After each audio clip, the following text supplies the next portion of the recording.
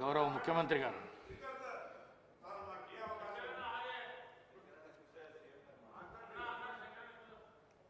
Thank you speaker sir. Revenue శాఖ మంత్రి పొంగులేటి శ్రీనివాసరెడ్డి గారు ప్రవేశపెట్టిన తెలంగాణ భూభారతి భూమిపై హక్కుల రికార్డు చట్టము 2024 ఈ ప్రవేశపెట్టిన చట్టాన్ని సంపూర్ణంగా సమర్థిస్తూ దీనికి సంబంధించిన చర్చను తమరు ఓపికతో, ఇది ప్రజలకు సంబంధించిన సమస్య కాబట్టి కొంతమంది సభ్యులు గతంలో వాళ్ళు ఒక అద్భుతమని ప్రవేశపెట్టిన ధరణి చట్టాన్ని రీప్లేస్ చేస్తూ ఈ కొత్త చట్టం ప్రవేశపెట్టడం ద్వారా తెలంగాణ రాష్ట్రంలో దాదాపుగా యాజమాన్యపు హక్కులున్న 1,52,00,000 ఎకరాల భూములకు సంబంధించిన వివరాలను భద్రపరచడమే కాకుండా అర్హులైన ప్రతి భూ యజమాని యొక్క హక్కులను కాపాడడానికి ఈ చట్టాన్ని సమర్థవంతంగా ఈ సభలో ప్రవేశపెట్టి ఈ సభలో చర్చ జరగడం ద్వారా 4 కోట్ల తెలంగాణ ప్రజలకు ఈ ప్రభుత్వం ఒక సమర్థవంతమైన ఈ తెలంగాణ రైతాంగానికి పూర్తి స్థాయిలో ఉపయోగపడే చట్టాన్ని తీసుకొచ్చింది అని ఒక భావన కల్పించి, ఒక నమ్మకం, విశ్వాసం కల్పించడానికి మీరు శాయశక్తుల ప్రయత్నం చేశారు. ప్రధాన ప్రతిపక్ష పార్టీ అహంభావంతో, అహంకారంతో సభా మర్యాదలను ఉల్లంఘించి సభాపతి మీదనే దాడి చేస్తామన్న ధోరణిలో చర్చను అడ్డుకోవాలనే ప్రయత్నం చేసింది. సహజంగా మిత్రులు సాంబశివరావు గారు చెప్పినట్టు ఎవరికైనా కుర్చీలో కూర్చుంటే సహనానికి కూడా ఒక హద్దు ఉంటుంది. మీరు సహనం కోల్పోయి వాళ్ళ మీద చర్యలకు ఉపక్రమించే పరిస్థితులు వాళ్ళు కల్పించిన మీరు చాలా ఓపికతో వారు ఎలాంటి ప్రయత్నాలు చేసినా రెచ్చగొట్టడం ద్వారా ఈ చర్చను తప్పుదారి పట్టించాలనే ప్రయత్నం చేసినా మీరు అవకాశం ఏమాత్రం ఇవ్వకుండా వాళ్ళంతటా వాళ్ళే సహనం చచ్చిపోయి సహకరించవలసిన పరిస్థితిని కల్పించి ఈ సభను ముందుకు నడిపించి ఇంత కీలకమైన, ముఖ్యమైన ఈ చట్టాన్ని తెలంగాణ రాష్ట్ర రైతాంగానికి మేలు జరిగే విధంగా ఈరోజు కొనసాగించినందుకు మిమ్మల్ని మనస్ఫూర్తిగా అభినందిస్తూ, ఈ తెలంగాణ సమాజం, ఈ ప్రాంతం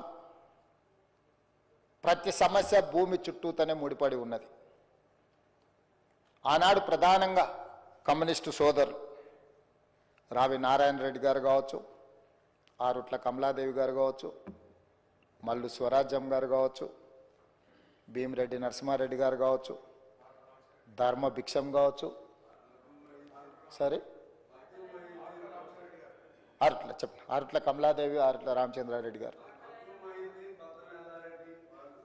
బద్దం ఎల్లారెడ్డి గారు, మిత్రులు చాలామంది చెప్తా ఉన్నారు, చాకల ఐలమ్మ, ఇట్లా అంటే చరిత్రలో వెనక్కిపోయినా కొద్దిగా వాళ్ళ పోరాటాలన్నీ కూడా వారు ఈ పోరాటంలో అసూలు బాసింది ఈ భూమి కోసమే. ఈ భూమిని ఆత్మగౌరవంగా, ఈ భూమిని హక్కుగా, ఈ భూమి వాళ్ళ జీవించే హక్కు, వాళ్ళకు ఆత్మగౌరవాన్ని తెచ్చిపెట్టేది.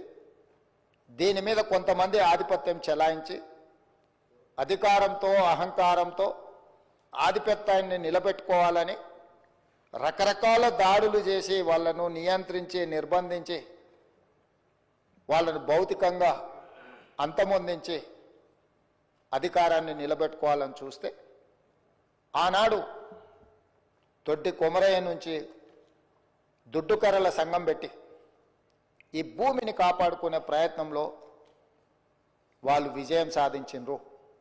వాళ్ళు అమరులు అయిండొచ్చు కాక, కానీ తెలంగాణ సమాజంలో ఉన్న భూమే తమ హక్కు, ఆత్మగౌరవాన్ని భావించి సాయుధ రైతాంగ పోరాటం చేసి భూమి కోసం, భుక్తి కోసం, విముక్తి కోసం ఆనాడు వీరోచితంగా పోరాటం చేసి ఆనాడు చెరబట్టిన రాజుల నుంచి ప్రాంతానికి విముక్తి కలిగించారు. ఆ తర్వాత ఎప్పుడు ఏ ఉద్యమం వచ్చినా, అది కమ్యూనిస్టు ఉద్యమాలు కావచ్చు, నక్సల్బరీ ఉద్యమాలు కావచ్చు, దళిత గిరిజన సంఘాలు, తుడుం దెబ్బలు, ఆదివాసీ సంఘాలు కావచ్చు, వీళ్ళందరి పోరాటాలు భూమి చుట్టూతోనే పరిభ్రమించినాయి. ఈ భూమి కోసమే వాళ్ళు సర్వం ఒడ్డి ఈ భూమిని రక్షించుకునే పనిలో పోరాటాలు చేసిండ్రు. పటేల్ పట్వారి వ్యవస్థ రద్దుకు కూడా కారణం పేద ప్రజల భూముల మీద కొద్దిమంది ఆధిపత్యం చెలాయించాలని చూడడంతో పటేల్ పట్వారి వ్యవస్థను రద్దు చేయడం జరిగింది అధ్యక్ష. అట్లాంటిది ఆర్ఓఆర్ యాక్ట్ కావచ్చు, రకరకాలుగా ఏ భూ యజమాని అయితే ఉన్నాడో ఆ యజమానుల యొక్క హక్కులను కాపాడడానికి సమయం సందర్భం వచ్చినప్పుడల్లా మనం చట్టాలు చేసుకున్నాం. ఆ చట్టాల ద్వారా వాళ్ళ హక్కులను కాపాడుతూ వచ్చినాం. పివి నరసింహారావు గారు, శ్రీమతి ఇందిరాగాంధీ గారు ఉన్నప్పుడు అగ్రికల్చర్ సీలింగ్ యాక్ట్ తీసుకొచ్చి జాగీర్దారుల దగ్గర, జమీందారుల దగ్గర, భూస్వాముల దగ్గర వేలాది ఎకరాలు మూలుగుతుంటే లక్షలాది ఎకరాలను వాళ్ళ దగ్గర నుంచి ప్రభుత్వం సేకరించి భూమి లేని నిరుపేదలకు, ముఖ్యంగా దళితులకు, గిరిజనులకు, ఆదివాసీలకు, బలహీన వర్గాలకు ఈ భూ పంపకాలు, అసైన్మెంట్ పట్టాలు ఇవ్వడం ద్వారా వాళ్ళ ఆత్మగౌరవాన్ని నిలబెట్టి ఆ భూమి మీద వాళ్ళకు జీవించే హక్కును ఆనాటి ప్రభుత్వాలు, శ్రీమతి ఇందిరాగాంధీ గారు వారికి ఇచ్చారు. దీనికి కారణం, ప్రేరేపితం ఆనాడు భూముల కోసం కమ్యూనిస్టులు చేసిన పోరాటాలని ఈరోజు మనం చెప్పుకోక తప్పదు. ఈ పోరాటాల వల్ల వాళ్ళు లేవనెత్తిన సమస్యలను అక్కడి నుంచి కోనేరు రంగారావు కమిషన్ వరకు కావచ్చుగా, లేదా డాక్టర్ వైఎస్ రాజశేఖర రెడ్డి గారు ముఖ్యమంత్రి ఉన్నప్పుడు నక్సలైట్లతో జరిపిన చర్చల్లో భాగంగా కూడా ఈ భూములకు సంబంధించిన ప్రధానమైన సమస్యలనే లేవనెత్తడం జరిగింది. వీటన్నిటిని దృష్టిలో పెట్టుకొని గత ప్రభుత్వాలు వీలైనంత మేరకు ప్రజలకు మేలు జరిగే విధంగా చట్టాలను సవరించింది. ఇంతకుముందు అక్బరుద్దీన్ ఓవైసీ గారు చెప్పినట్టు ఆనాడు యూపీఏ ప్రభుత్వంలో భూభారతి నిజామాబాద్ పైలట్ ప్రాజెక్ట్ కింద కేంద్ర ప్రభుత్వం మన్మోహన్ సింగ్ గారు, సోనియా గాంధీ గారు రికార్డ్స్ డిజిటలైజేషన్ చేయడం కానీ, భద్రపరచడం కానీ, తప్పులు జరగకుండా సరిదిద్దడం కానీ, వీటన్నిటి కార్యక్రమాలను ఎప్పుడు తీసుకున్నా నిజమైన భూ యజమాని యొక్క హక్కులను కాపాడాలి. లేకపోతే విద్య రాని పేదవాళ్ళ భూములను ఎవరైనా అన్యాక్రాంతంగా అక్రమంగా ఆక్రమించుకుంటే కూడా వాటిని, ఆ ఆక్రమణను తొలగించడం ద్వారా వాళ్ళ హక్కులను కాపాడడానికి అన్ని రకాల చట్టాలను తీసుకొచ్చాం. తెలంగాణ రాష్ట్రం వచ్చిన తర్వాత మాజీ ముఖ్యమంత్రి చంద్రశేఖరరావు గారు తెలంగాణ రెవెన్యూ రికార్డ్స్ కానీ, గత పాలకులు పాటించిన విధానాలు కానీ, చేసిన చట్టాలు లోపభూయిష్టంగా ఉన్నాయి. ఇవి ఏమాత్రం ప్రయోజనకరంగా లేవు. ఈ చట్టాలను అన్నిటిని మార్చాలి. దానికోసం నా మెదడునంతా రంగరించి 80,000 పుస్తకాలు చదివి ఒక అద్భుతమైన సాంకేతిక నైపుణ్యాన్ని ఆవిష్కరిస్తున్న దాని పేరే ధరణి అని చెప్పి చంద్రశేఖరరావు గారు మనకి ఇదే సభలో చెప్పిండ్రు, వివిధ వేదికల మీద కూడా చెప్పిండ్రు అధ్యక్ష. దీనికి సంబంధించిన కొన్ని అంశాలు నేను నిజంగానే ఒక మంచి చట్టం, ఒక మంచి ఆలోచన, ఒక సాంకేతిక నైపుణ్యాన్ని రంగరించి, ఎందుకంటే ఐటీ రంగంలో విదేశాలలో చదువుకొని వచ్చిన నా అంత ఐటీ నిపుణుడే లేడని కల్వకుంట్ల తారక రామారావు గారు, తెలంగాణ ఉద్యమకారుడిగా తెలంగాణ సమాజంలో ఉన్న సమస్యలను అన్నిటినీ అవసోపాన పట్టిన ప్రతి భూ సమస్యకు నేను పరిష్కారం చూపిస్తా అని మాజీ ముఖ్యమంత్రి వర్యులు కల్వకుంట్ల చంద్రశేఖరరావు గారు పదే పదే మాట్లాడుతూ ప్రస్తావిస్తున్నప్పుడు నేను కూడా ఒక సందర్భంలో భ్రమలకు లోనైనా, పర్వాలేదు ఈ విషయంలో అయినా మాజీ ముఖ్యమంత్రి గారు, మాజీ ఐటీ శాఖ మంత్రి గారు ఒక మంచి విధానాన్ని తీసుకొచ్చి ధరణి ద్వారా శాశ్వతమైన సమస్యల్ని పరిష్కరిస్తారని, ఆ ధరణి నిజంగానే వీరు కొత్తగా కనిపెట్టిండ్రేమని ఈ సందర్భంగా మీ ద్వారా శాసనసభ రికార్డులకే కాకుండా తెలంగాణ సమాజానికి కొంత సమాచారాన్ని విశ్లేషణ ద్వారా నేను చెప్పాలనుకుంటున్నా అధ్యక్ష. ఈ ధరణి అనే ఏదైతే వెబ్సైట్ కావచ్చు, లేకపోతే వారు చెప్తున్న ఈ సాంకేతిక అద్భుతము చంద్రశేఖరరావు గారు సొంతంగా కనిపెట్టిందో, లేకపోతే చంద్రశేఖరరావు గారు సొంతంగా మన రాష్ట్రానికి అందించిన గొప్ప వరప్రదాయిని ఏం కాదు అధ్యక్ష. 2010 సంవత్సరంలోనే ఒరిస్సా రాష్ట్రం, మన పక్కనున్న రాష్ట్రం, ఈ ధరణి పేరు మీద ఈరోజు తెలంగాణ రాష్ట్రంలో ఏదైతే ఈ ధరణి ఈ మాడ్యూల్ని ఇంట్రడ్యూస్ చేసినో IL&FS సంస్థకు 2010 సంవత్సరంలోనే అక్కడ రిజిస్ట్రేషన్లు చేయడానికి, అక్కడ భూ రికార్డులను పరిశీలించడానికి ఒరిస్సా ప్రభుత్వము నామినేషన్ బేసిస్ మీద వాళ్ళకి టెండర్ ఇచ్చింది అధ్యక్ష. 2019 సంవత్సరంలో చంద్రశేఖరరావు గారు ఏ సంస్థకైతే కట్టబెట్టిండో అదే సంస్థ, అదే యజమానులకు ఒరిస్సా రాష్ట్ర ప్రభుత్వము 2010 సంవత్సరంలోనే ఈ ధరణి పేరు కూడా మార్చలేదు అధ్యక్ష. నువ్వు ధరణి అన్నావు, వాళ్ళు ఈ ధరణి అన్నారు. ఎందుకంటే ఎలక్ట్రానిక్ రిలేటెడ్ ఇష్యూ కాబట్టి ఈ ధరణి పేరు మీద 2010 సంవత్సరంలో ఒరిస్సా ప్రభుత్వం ఆ సంస్థకు అప్పచెప్తే 4 సంవత్సరాలు నిర్వహించిన తర్వాత కాగ్ ఏం నివేదిక ఇచ్చిందంటే అధ్యక్ష, 2014లో అసలు ఈ ధరణి ఈ రిజిస్ట్రేషన్ సాఫ్ట్వేర్ లోపాలను కాగ్ నివేదిక బయటపెట్టడం కాకుండా ఎలాంటి కాంపిటేటివ్ బిడ్డింగ్ చేయకుండా వాళ్ళకు నామినేషన్ బేసిస్ మీద ఇవ్వడం మీరు తప్పు. వాళ్ళకి ఎలాంటి అనుభవం లేదు ఇందులో. వాళ్ళకి ఏదైతే ఒరిస్సా ప్రభుత్వం అప్పచెప్పిన బాధ్యత, రిజిస్ట్రేషన్లు, రెవెన్యూ రికార్డ్స్కు సంబంధించిన బాధ్యత అప్పచెప్పినరో వాళ్ళకి ఎలాంటి నైపుణ్యం లేదు. ఇలాంటి నైపుణ్యం లేని సంస్థకు, లోపభూయిష్టంగా నిర్వహిస్తున్న సంస్థకు మీరు ఇవ్వడం 100% అని తప్పుపట్టడమే కాకుండా NIC, కేంద్ర ప్రభుత్వ రంగ సంస్థ అయిన NICకి ఇలాంటి సంస్థల్ని మీరు అసలు పక్కన పెట్టి వాళ్ళకి ఇవ్వకుండా వీళ్ళకి ఇవ్వడం తప్పు అని చెప్పి కాగ్ నివేదిక ఇచ్చింది అధ్యక్ష 2014లో. ఇక్కడ తమరి ద్వారా నేను తెలంగాణ ప్రజలకు నేనేం చెప్పదలుచుకున్నా అంటే, చంద్రశేఖరరావు గారు 2018, 2019 ఆ తర్వాత వివిధ సందర్భాలలో మాట్లాడిన మాటలు వారి మెదడునంత రంగరించి ఒక అద్భుతాన్ని, ఒక అమృతాన్ని తీసి అమృతంలో నుంచి సృష్టించిన ధరణి వారి యొక్క ఆలోచన అనేది అయితే చెప్పిండో అది శుద్ధ తప్పు. 2010 సంవత్సరంలోనే IL&FS కంపెనీ ఈ విధానాన్ని ఒరిస్సా ప్రభుత్వానికి చేరవేస్తే, ఒరిస్సా ప్రభుత్వం వాళ్ళ కాంట్రాక్ట్ ఇస్తే 4 సంవత్సరాలు నిర్వహించిన తర్వాత కాగ్ నివేదిక 100% తప్పు పట్టింది. ఈ లోపభూయిష్టమైన ఏమాత్రం ప్రజలకు ఉపయోగపడని ఈ సాంకేతిక నైపుణ్యాన్ని ఎందుకు తెలంగాణ రాష్ట్ర ప్రజల నెత్తి మీద చంద్రశేఖరరావు గారు రుద్దినరో ఇప్పుడు మనం ఆలోచన చేయాలి.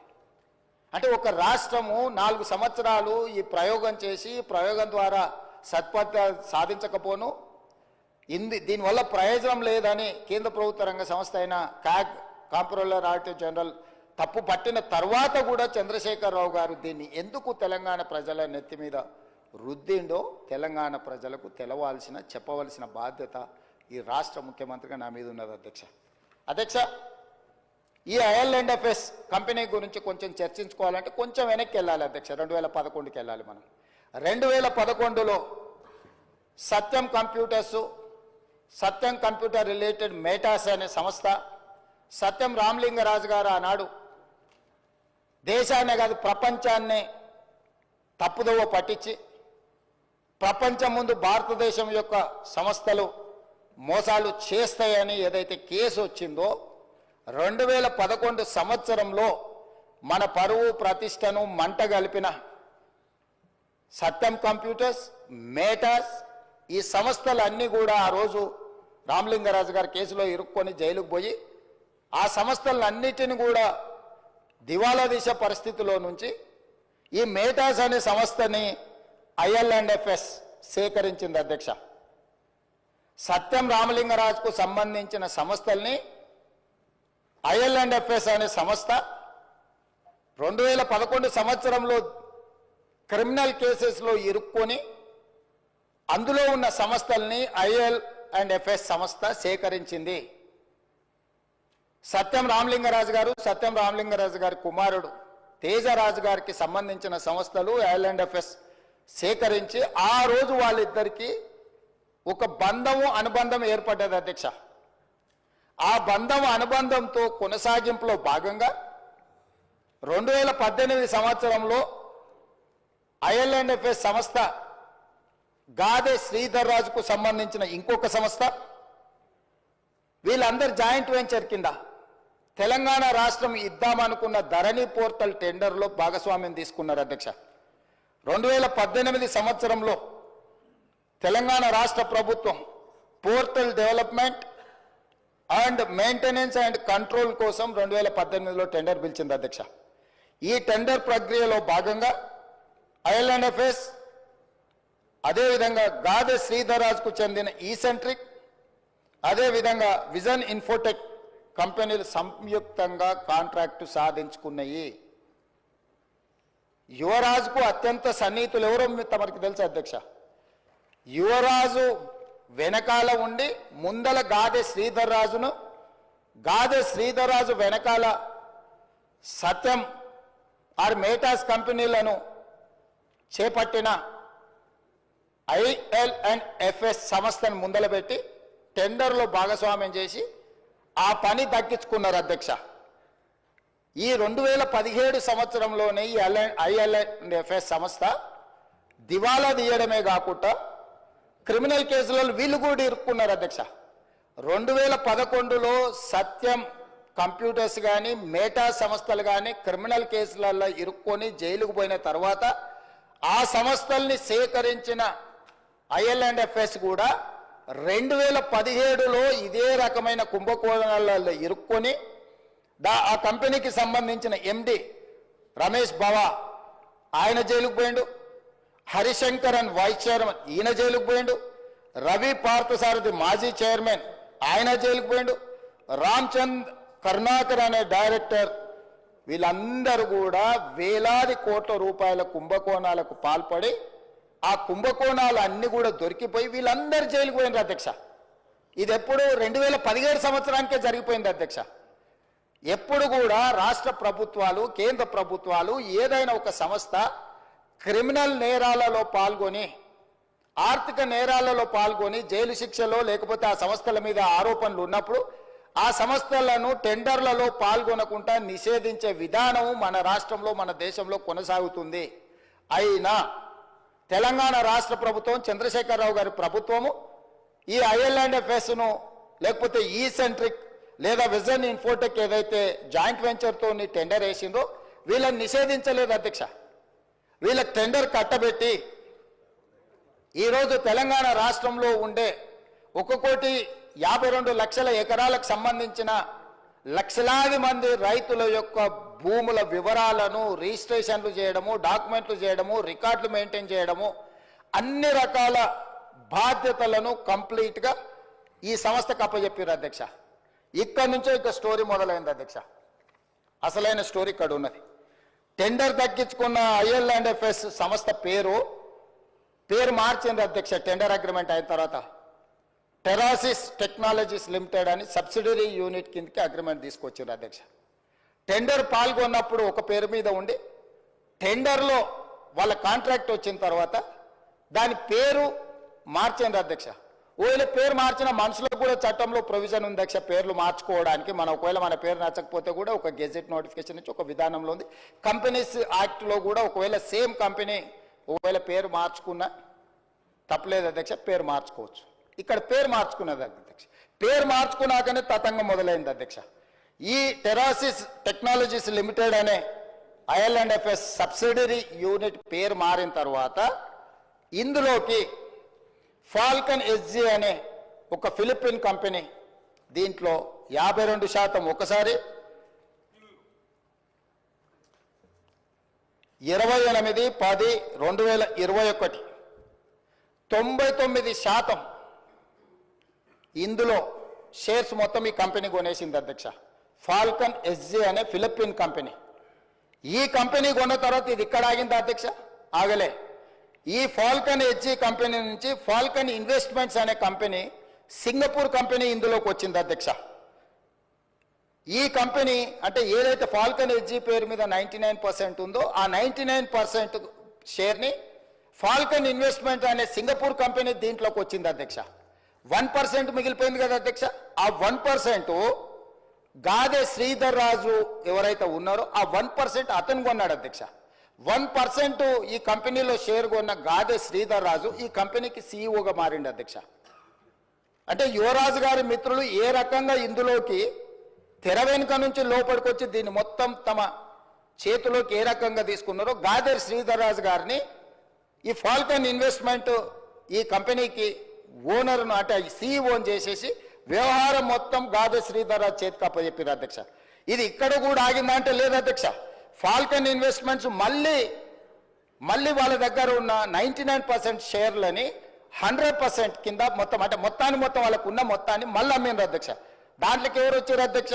Sparrow Investments, GW Sky Private Limited, Hill Brook Investments వీళ్ళు ఒకవైపు వచ్చిండ్రు అధ్యక్ష. అది వీ యజమానులు ఎవరయ్యా అంటే రాహుల్ గోస్వామి, ఆనంద్ కుమార్ వీళ్ళందరు ఓనర్లు అధ్యక్ష. ఈ 3 కంపెనీల నుంచి మళ్ళీ హిల్ బ్రూక్ ఇన్వెస్ట్మెంట్స్ నుంచి కొనుక్కున్న company Gateway Fund two LP అనే ఇంకొక సంస్థ వచ్చింది అధ్యక్ష. దాంట్లో నుంచి మళ్ళీ స్పారో ఇన్వెస్ట్మెంట్స్ నుంచి కొనుక్కున్న దాంట్లో గేట్వే ఫండ్ టు ఎల్ఎల్పి ఇందులోకి వచ్చారు అధ్యక్ష. అంటే అల్లిబిల్లి కంపెనీలు అన్నిటిని పెట్టుకుంటూ ఈ కంపెనీలన్నిటి ద్వారా చివరికి వాళ్ళు ఎక్కడికి చేరింది అధ్యక్ష? ఈ గేట్వే ఫండ్ టు ఎల్ఎల్పి కానీ ఎల్పి కానీ గేట్వే ఈ లొకేషన్స్ ఇవన్నీ ఒక కంపెనీ రాహుల్ గోస్వామి అండ్ ఆనంద్ కుమార్ అనే కంపెనీ కేమెన్ ఐలాండ్స్ అధ్యక్ష. రెండో company Gateway Fund to location British virgin islands అధ్యక్ష. ఈ కంపెనీల గురించి మీకు చెప్పాలంటే అధ్యక్ష, ఏదైనా ఈ ప్రపంచంలో ఆర్థిక నేరాలు చేయడానికి ట్యాక్స్ హెవెన్ కంట్రీస్ అంటారు అధ్యక్ష. ప్రపంచంలో ఏ దేశంలో అయినా ఏ ప్రాంతంలో అయినా ఆర్థిక నేరాలకు పాల్పడే కంపెనీలు ఆ దేశానికి ఎట్లా ఫుల్ ప్రూఫ్ ఉంటుంది అధ్యక్ష? ఆ దేశంలోకి పోయి నువ్వు ఏ దేశంలో ఏ నేరం చేసినా ఆ దేశంతో ఎలాంటి ఒప్పందాలు ఉండవు అధ్యక్ష. అతన్ని పట్టించరు, ఆ కంపెనీ వివరాలు చెప్పరు, దానికి ఏం సంబంధించింది ఏం చెప్పరు అధ్యక్ష. అదేవిధంగా ఇందులోకి గాదె శ్రీధర్ రాజు గారు రిలేటెడ్ కంపెనీలు పారాడిమ్ ఇన్నోవేషన్స్ ఎల్ఎల్సి, అదేవిధంగా క్వాంటెల్లా ఐఎన్సి ఈ 2 అమెరికా కంపెనీలు వచ్చినాయి అధ్యక్ష. సో ఎక్కడైతే టెర్రాసిస్ టెక్నాలజీస్ లిమిటెడ్లో బయలుదేరిన మన స్టేట్ అగ్రిమెంటు ఫిలిపిన్ దేశానికి పోయింది, ఫిలిపిన్ దేశాన్ని నుంచి సింగపూర్ దేశానికి పోయింది, సింగపూర్ దేశాన్ని నుంచి మళ్ళీ కేమెన్ ఐలాండ్స్కి పోయింది, తర్వాత వర్జిన్ ఐలాండ్స్కి పోయింది, తర్వాత అమెరికా దేశంలో ఉండే 2 కంపెనీలు. చివరికి ఈ కంపెనీలు ఈ సంస్థలను నిర్వహించే వాళ్ళు ఈ కేమెన్ ఐలాండ్స్లో వర్జిన్ ఐలాండ్స్లో తేలిండ్రు అధ్యక్ష. ఈ 2 దేశాలు ఎట్లాంటివంటే ప్రపంచంలో ఏ ఆర్థిక నేరం జరిగినా ఆ ఆర్థిక మూలాలు పనామా లీక్స్ కానీ లేకపోతే మీరు ఈ ప్రపంచంలో జరిగిన ఏ పెద్ద ఆర్థిక నేరాన్ని ఎత్తికినా ఆ సంబంధించిన కంపెనీలు ఈ 2 దేశాలలో ఉంటాయి అధ్యక్ష. ఆ దేశాలలో ఉన్న కంపెనీలు ఈరోజు ఈ టెరాసిస్ ఏదైతే ఈ ధరణి ఏదైతే ఉందో ఈ ధరణి మొత్తం ఆ దేశానికి వెళ్ళిపోయింది అధ్యక్ష. ఎవరో దాని ఓనర్లు అంటే అధ్యక్ష ఫాల్కన్ ఇన్వెస్ట్మెంట్ ప్రైవేట్ లిమిటెడ్లో ఉన్న ఓనరు ఏదైతే ఈ సింగపూర్ బేస్డ్ కంపెనీ ఉందో రాహుల్ గోస్వామి, ఈయన సింగపూర్ సిటిజన్, ఆనంద్ కుమార్ ఈయన సింగపూర్ సిటిజన్, లతికాదేవి అమ్మ daughter of Radhakrishna Pillai Singapore citizen అధ్యక్ష. వీరితో పాటు అధ్యక్ష స్పారో ఇన్వెస్ట్మెంట్స్ ప్రైవేట్ లిమిటెడ్ అనే కంపెనీ కూడా ఇది సింగపూర్ కంపెనీ అధ్యక్ష. స్పారో ఇన్వెస్ట్మెంట్ ఇది ఈ టోటల్ ఈ ఉండే కంపెనీలు అని కూడా ఇవి సింగపూర్ సంస్థలు అధ్యక్ష. అదేవిధంగా అధ్యక్ష జీడబ్ల్యూ స్కై ప్రైవేట్ లిమిటెడ్ అనే సంస్థ కూడా సింగపూర్దే అధ్యక్ష. జీడబ్ల్యూ సేమ్ వీళ్ళందరూ. తర్వాత పారాడిమ్ ఇన్నోవేషన్స్ ఎల్ఎల్సి అనేది అమెరికన్ కంపెనీ అధ్యక్ష.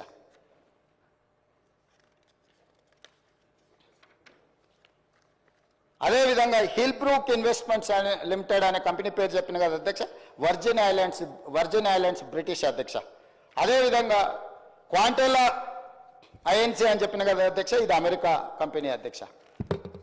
అదేవిధంగా గేట్వే పార్ట్నర్స్ అని చెప్పిన కదా అధ్యక్ష, గేట్వే పార్ట్నర్స్ 2 లిమిటెడ్ అనేది ఉంది కదా అధ్యక్ష, కేమెన్ ఐలాండ్స్ అధ్యక్ష.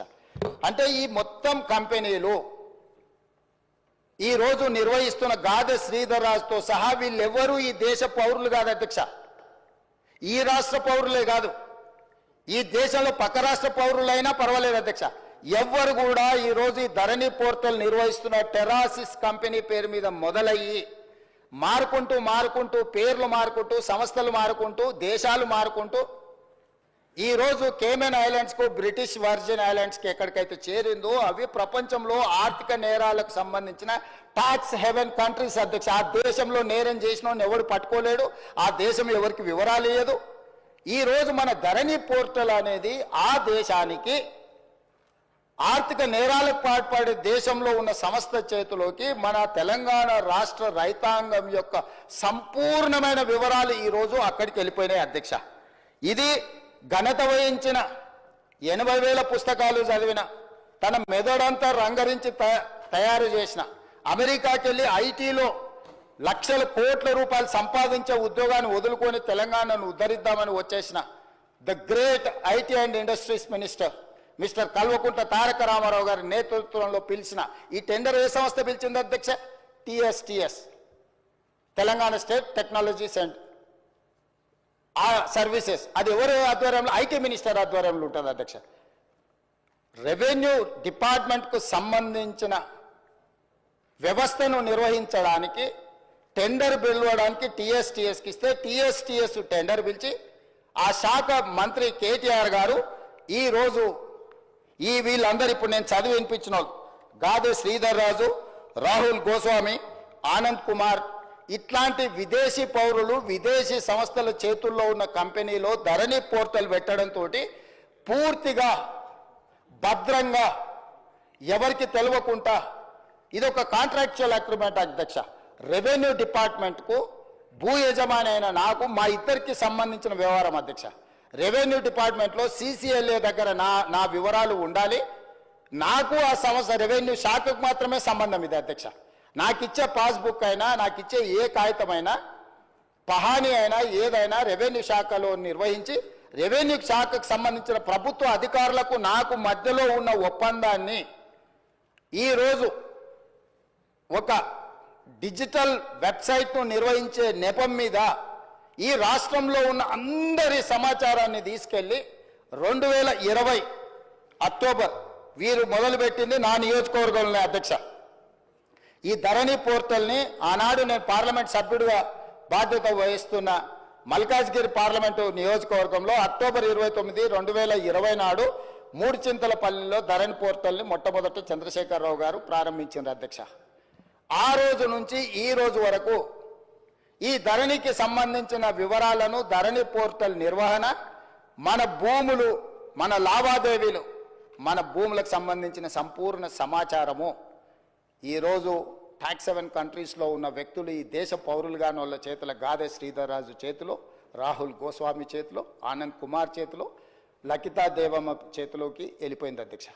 అధ్యక్ష, నేను మిమ్మల్ని అడుగుతున్నా అధ్యక్ష, రెవెన్యూ శాఖకు నాకు సంబంధించిన సమాచారం మా ఇద్దరి మధ్యలోనే ఉండాల్సిన సమాచారము, ఈ సమాచారం అంతా తీసుకెళ్లి ఇతర దేశాలలో ఆర్థిక నేరాలలో ఇరుక్కపోయిన కంపెనీలు IL&FS కానీ లేకపోతే సత్యంతో ఉన్న రిలేషన్ కానీ ఆ కంపెనీలో ఉన్న MDలు, వైస్ చైర్మన్లు లేకపోతే డైరెక్టర్లు అందరూ 2017లోనే ఆర్థిక నేరాలకు పాల్పడి వేల కోట్ల రూపాయల కుంభకోణాలలో పాల్పడి జైళ్లలో ఉన్న సంస్థకు చంద్రశేఖరరావు గారు అప్పచెప్పి ఈ తెలంగాణ రైతాంగ సంపూర్ణ సమాచారాన్ని దేశాలు దాటిచ్చింది అధ్యక్ష. ఇవాళ డేటా మీకు తెలుసు కదా అధ్యక్ష ఎంత విలువైందో. ఒక రిజిస్ట్రేషన్ చేయాలంటే అధ్యక్ష నా ఆధార్ కార్డ్ నెంబర్ ఇవ్వాలి, నా బ్యాంకు ఖాతా ఇవ్వాలి, నా టెలిఫోన్ నెంబర్ ఇవ్వాలి. ఇవాళ ఇవన్నీ కూడా ఎన్క్రిప్షన్ అంటే ఒక సీక్రెట్ కోడ్లో ఉండాలి. ఒకవేళ ఆ వెబ్సైట్ నిర్వహించే వాళ్ళు చూడాలనుకున్నా కూడా కనిపించకూడదు అధ్యక్ష. కానీ క్లియర్గా వాళ్ళ దగ్గర డేటా కనిపిస్తుంది అధ్యక్ష. ఈ రోజు ఈ నిర్వహణలో ఈ రాష్ట్రంలో 2020 నుంచి ఇప్పటి వరకు జరిగిన ప్రతి ట్రాన్సాక్షన్కు సంబంధించిన ఆధార్ కార్డు, బ్యాంకు ఖాతా నెంబర్, టెలిఫోన్ నెంబర్ అన్ని వివరాలు ఈ రోజు పూర్తిగా క్రిస్టల్ క్లియర్గా వాళ్ళ చేతులకు వెళ్ళిపోయి ఇతర దేశాలు, దేశ సరిహద్దులు దాటిపోయి ఇతర దేశాలు ఆర్థిక నేరాలకు పాల్పడుతున్న దేశాలకు మన రాష్ట్రంలో ఉన్న సంపూర్ణమైన రెవెన్యూ సమాచారం అని తెలిపోయింది అధ్యక్ష. ఇది ఎంత తీవ్రమైన నేరం అంటే ఈ నేరానికి శిక్ష అనేది ఏ స్థాయిలో విధించాలనో చట్టాలన్నిటిని కూడా చదవాల్సిన పరిస్థితి ఈరోజు ఈ రాష్ట్రంలో చంద్రశేఖరరావు గారు కల్పించారు అధ్యక్ష. ఈరోజు ఇంత నమ్మకంగా ఒక ప్రభుత్వం మీద నమ్మకం ఉండి ప్రజలు తమ సంపూర్ణమైన సమాచారాన్ని ప్రభుత్వం దగ్గర పెడితే ఆ ప్రభుత్వంలో ఉన్న పెద్దలు ఆ నమ్మకాన్ని వమ్ము చేసి తెలంగాణ ప్రజలకు ద్రోహం చేసి మోసం చేసి సంపూర్ణ సమాచారాన్ని క్రిమినల్స్ చేతుల క్రిమినల్ కేసెస్ ఎదుర్కొంటున్న కంపెనీల చేతులకి సంపూర్ణంగా సమాచారాన్ని బదిలీ చేసిందంటే దీని మీద ఏ రకమైన విచారణ చేయాలనో తెలంగాణ సమాజం ఆలోచించాలి, ప్రతిపక్షాలు అందరూ కూడా ఆలోచించాలి. అధ్యక్ష ఈ కంపెనీలు అన్నిటిని కూడా ఏ ఒక్క కంపెనీ కూడా ఈ దేశంది కాదు అధ్యక్ష. ఇవాళ ఈ సాంకేతిక నైపుణ్యం ధరణియో లేకపోతే ఐలాండ్ అఫేర్స్ కాదు అధ్యక్ష. ఎప్పుడో తెలంగాణ రాష్ట్రంలో ఉమ్మడి రాష్ట్రంలో ఈ దేశంలోనే ఎన్ఐసి వెబ్ ల్యాండ్ అనే ఒక వెబ్సైట్లో సంపూర్ణమైన ఇట్లాంటి డిజిటల్ వ్యవస్థ కేంద్ర ప్రభుత్వం పరిధిలో ఉన్న ఎన్ఐసి దగ్గర సంపూర్ణంగా ఉంది అధ్యక్ష.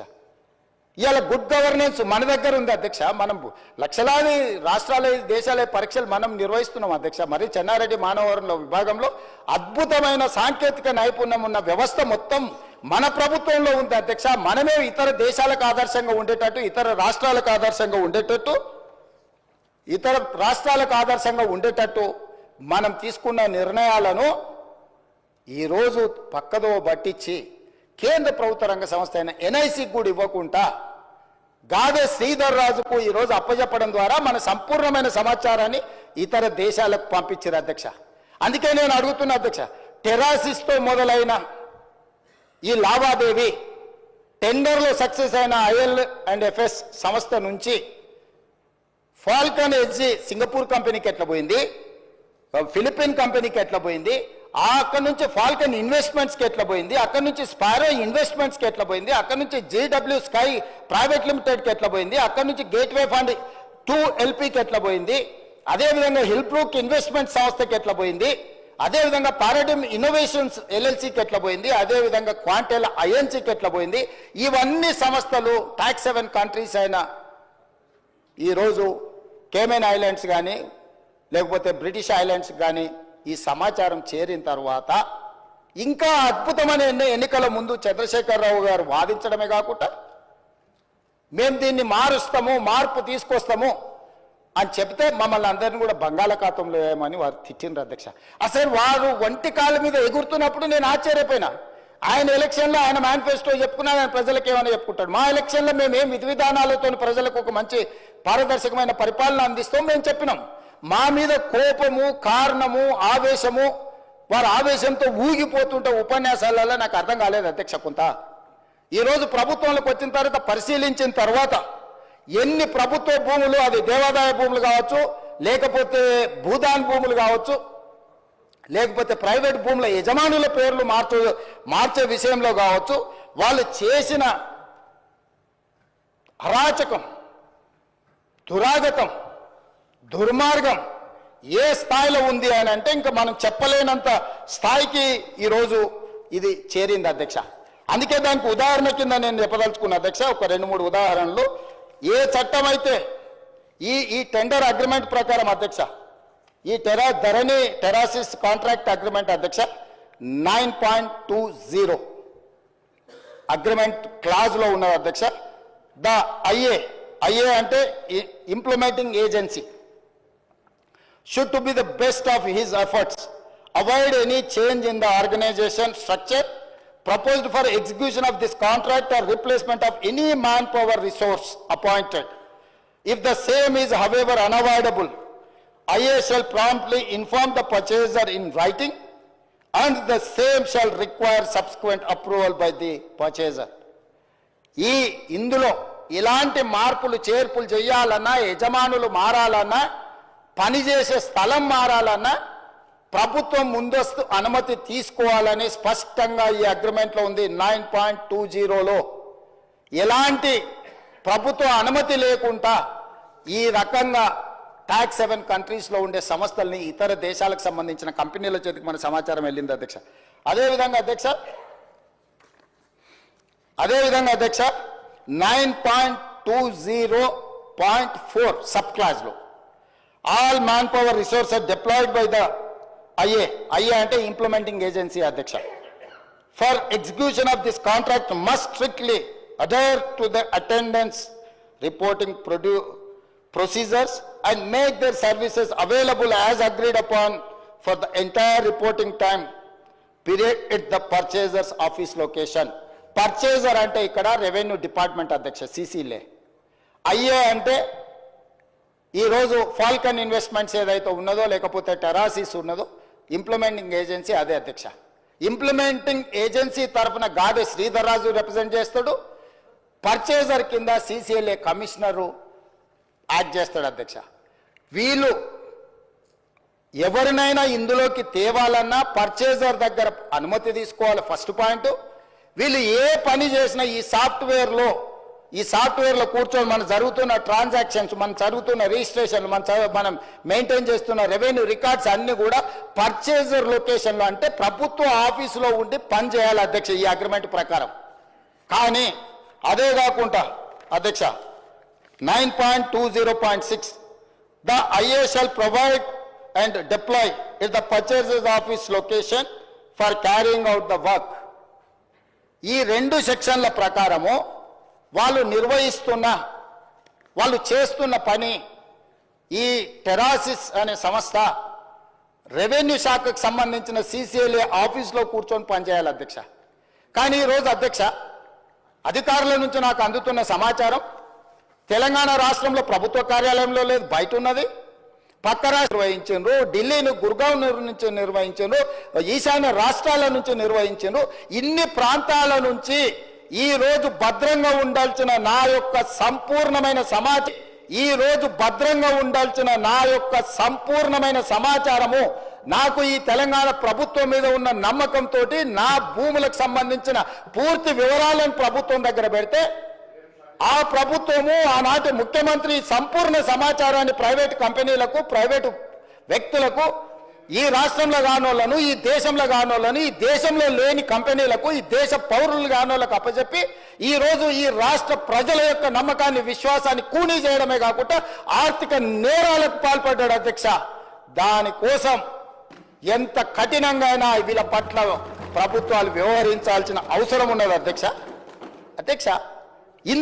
ఇంత విలువైన సమాచారం, ఇంత వివరాలను తీసుకెళ్లి ఇతర దేశాలకు సమాచారాన్ని చేరవేస్తూ ఇవాళ మనం దీన్ని ఎట్లయినా సవరించుకొని దీన్ని ఎట్లయినా బాగు చేసుకోవాలని మా సమాచారాన్ని బయట ఎవరికైనా ఇస్తే కేంద్ర ప్రభుత్వం సవరించిన యాక్ట్ ప్రకారం, డేటా ప్రొటెక్షన్ యాక్ట్ ప్రకారం అధ్యక్ష 2023 దేశ పౌరుల వ్యక్తిగత ఇతర సమాచారం ఏదైనా ఆ వ్యక్తి యొక్క అనుమతి లేకుండా సేకరించడం నేరం, చట్ట విరుద్ధం.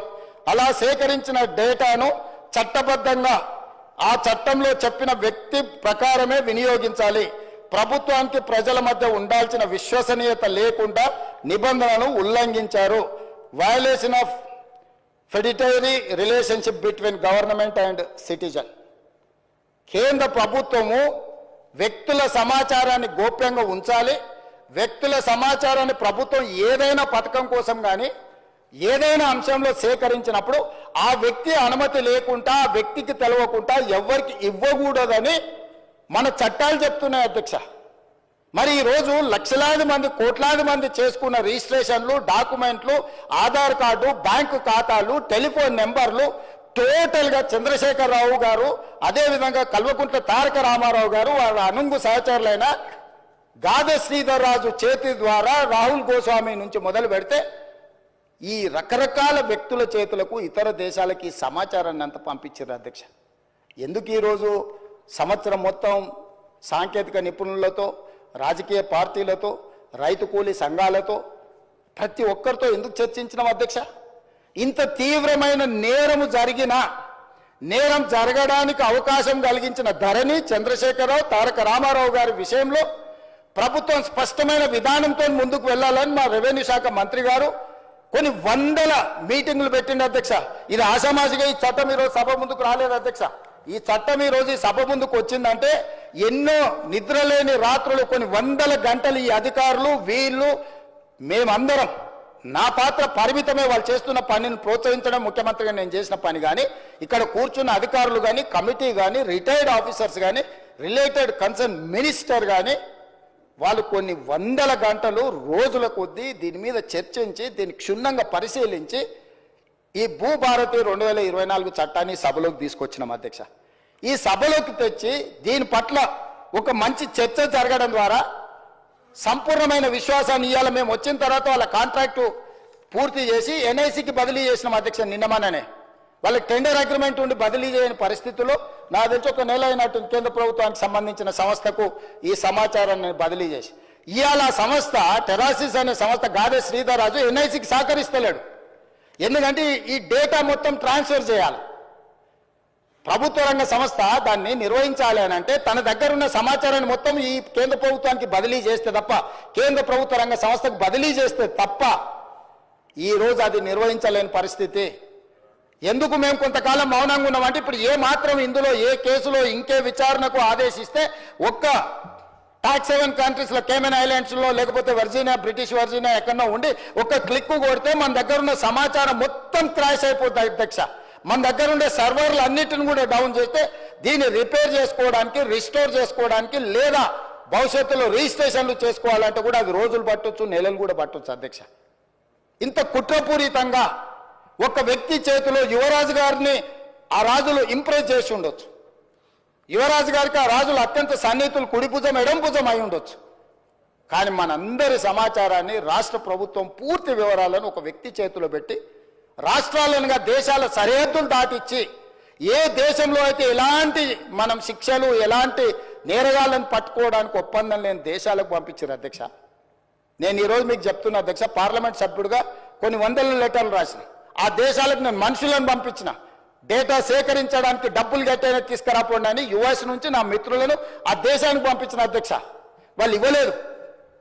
నా దగ్గర చాలా వివరాలు ఉన్నాయి అధ్యక్ష. నేను దీని మీద రీసెర్చ్ చేసినప్పుడు వీళ్ళు ఎన్ని రకాల అధ్యక్ష రిజిస్ట్రేషన్స్ అనేటివి డే టైంలో జరుగుతాయి అధ్యక్ష. మనం స్లాట్ బుక్ చేసుకుంటాం నార్మల్గా 10 to 5 or 6, 7 ఒకవేళ అయితే 7, 8 o'clock రిజిస్ట్రేషన్లు అధ్యక్ష. రాత్రి 9 గంటల నుంచి ఉదయం 6 గంటల వరకు కూడా రిజిస్ట్రేషన్లు జరిగిన డాక్యుమెంట్లు ఉన్నాయి అధ్యక్ష. అర్ధరాత్రి పూట ఏ ప్రభుత్వ అధికారి డాక్యుమెంట్లు రిజిస్ట్రేషన్ చేసిండు? అర్ధరాత్రి డాక్యుమెంట్లు రిజిస్ట్రేషన్ చేసే వ్యవస్థ మన రాష్ట్రంలో ఉందా? ఏ చట్టం ప్రకారం అర్ధరాత్రి పూట్ల డాక్యుమెంట్లు ఎగ్జిక్యూట్ అయినాయో ఇవాళ మనం విచారణ చేయాల్సిన అవసరం లేదా అధ్యక్ష? ఎందుకు ఈరోజు వాళ్ళు అక్కడ నించోని, ఎందుకు ఈరోజు చర్చ జరగకుండా భూభారతి 2024 మీద చర్చనే జరగొద్దు, ససే మీద ముఖ్యమంత్రి గారు ఒకవేళ మాట్లాడితే ఈ బండారం బయటపడుతుంది, ఎట్లయినా అడ్డుకోవాలి అని ఎన్ని రకాల ప్రయత్నాలు చేసిండ్రు మీరు చూసిండ్రు కదా అధ్యక్ష. అధ్యక్ష, ధరణి వెబ్సైట్ వచ్చిన తర్వాత కొన్ని డాక్యుమెంట్లు నేను చెప్పదలుచుకున్నా అధ్యక్ష. మిత్రుడు మహేష్ రెడ్డి గారు కూడా ఉన్నారు, వారు కూడా వినాలి. కిషన్ రెడ్డి గారు స్వయంగా తిమ్మాపూర్ ఆయన సొంతూరులో భూదాన్ భూములకు సంబంధించి కిషన్ రెడ్డి గారు అపోజిషన్ లీడర్గా ఉన్నప్పుడు వాళ్ళు కంప్లైంట్ చేసిండు అధ్యక్ష. 100 ఎకరాల భూదాన్ భూమిని డాక్యుమెంట్లు మార్చే పరిస్థితి ఉన్నది, వాటి కాపాడు ఉండని.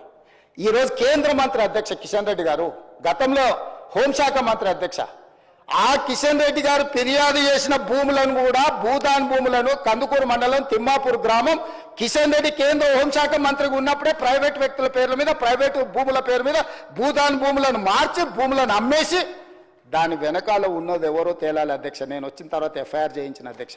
నేను వచ్చిన తర్వాత కిషన్ రెడ్డి గారి ఫిర్యాదును ఒక కేంద్ర మంత్రి అయిన ఆ భయం కూడా లేదు. ఆ రోజు హోంశాఖ మంత్రిగా కిషన్ రెడ్డి గారు ఉన్నారు అధ్యక్ష. ఆయన సొంతూరులో 100 ఎకరాల భూదాన్ భూములకు సంబంధించి కిషన్ రెడ్డి గారు ఫిర్యాదు చేస్తే కిషన్ రెడ్డి గారి ఫిర్యాదును కూడా లెక్క చేయకుండా భూములను ప్రైవేట్ వ్యక్తుల పేరు మీదకి మార్చేసిండ్రు అధ్యక్ష. నేను వచ్చిన వెంబడే నేను కేసు కట్టించిన అధ్యక్ష. పోకల్వాడలో ఈరోజు ప్రభుత్వ భూములను ప్రైవేట్కు ఈ ధరణి పోర్టల్ ద్వారా ఒక 2 ఎగ్జాంపుల్స్ చెప్తున్నా అధ్యక్ష. కొన్ని వందల వేలు ఉన్నాయి. రంగారెడ్డి, సంగారెడ్డి, మేడ్చల్ లాంటి జిల్లాలే కాదు ఇతర ప్రాంతాలలో కొన్ని వేల ఎకరాల ప్రభుత్వ భూములను యజమానుల పేర్లు మార్చడమే కాదు కొత్త కొత్త అన్ని తయారు చేసి వాటి అన్నిటిని కూడా సిద్దిపేట రకరకాల ఒక్క దగ్గర అని కాదు, నాగారము ఏ ఒక ప్లేస్ అని కాదు అధ్యక్ష. ఇవాళ నేను ఎందుకు కిషన్ రెడ్డి గారితో ప్రస్తావిస్తున్నా అంటే ఈరోజు ఆయన యూనియన్ క్యాబినెట్ మినిస్టర్ అధ్యక్ష. ఆయన సొంతూరులో ఆయన ఫిర్యాదు చేస్తే కూడా భయం లేకుండా భూదాన్ భూములను బదిలీ చేసి ప్రైవేట్ వ్యక్తులకు పట్టా భూముల కింద రిజిస్ట్రేషన్ చేసింది అధ్యక్ష. నేను వచ్చిన తర్వాత కిషన్ రెడ్డి గారు కూడా ఫిర్యాదు చేస్తే దీని మీద చర్యలు తీసుకోకపోతే ఎట్లా అని నేను ఎంక్వైరీకి ఆర్డర్ ప్లేస్ చేసి క్రిమినల్ కేసు బుక్ చేసిన అధ్యక్ష. ఇట్లా ప్రతి దగ్గర ఒక్కొక్కటి కాదు అధ్యక్ష, పోకల్వాడలో కానీ ఇతర ప్రాంతాలలో కానీ చాలా ప్లేసులు, చాలా ఎఫ్ఐఆర్లు, కొన్ని మా గంధంగూడ విలేజ్ కానీ, ఇవి నేను వచ్చిన తర్వాత కొన్ని నా దృష్టికి వచ్చిన వాటిని ఈరోజు నేను ఈ క్రిమినల్ కేసులు ప్రభుత్వ భూములను, ప్రైవేట్ భూములను, ప్రైవేట్ అయితే ఇప్పుడు ఈ వెబ్సైట్ ఓనర్కి ఎంత స్వేచ్ఛ ఉందంటే ఏడైనా కూర్చోవచ్చు, ఎప్పుడైనా ఏం కావాలన్నా ధరణి పోర్టల్కి వెళ్ళిపోయి మహేశ్వర్ రెడ్డి గారి పేరు మీద ఉన్న భూమిని శంకర్ గారి పేరు మీదకి మార్చవచ్చు, శంకర్ గారి పేరు మీద ఉన్న భూమి రేవంత్ రెడ్డి పేరు మీదకి మార్చవచ్చు, 30 ఎకరాలు ఉన్న భూమిని 3 ఎకరాలు చేయొచ్చు, 3 ఎకరాలు ఉన్న భూమిని 3 గుంటలు చేయొచ్చు.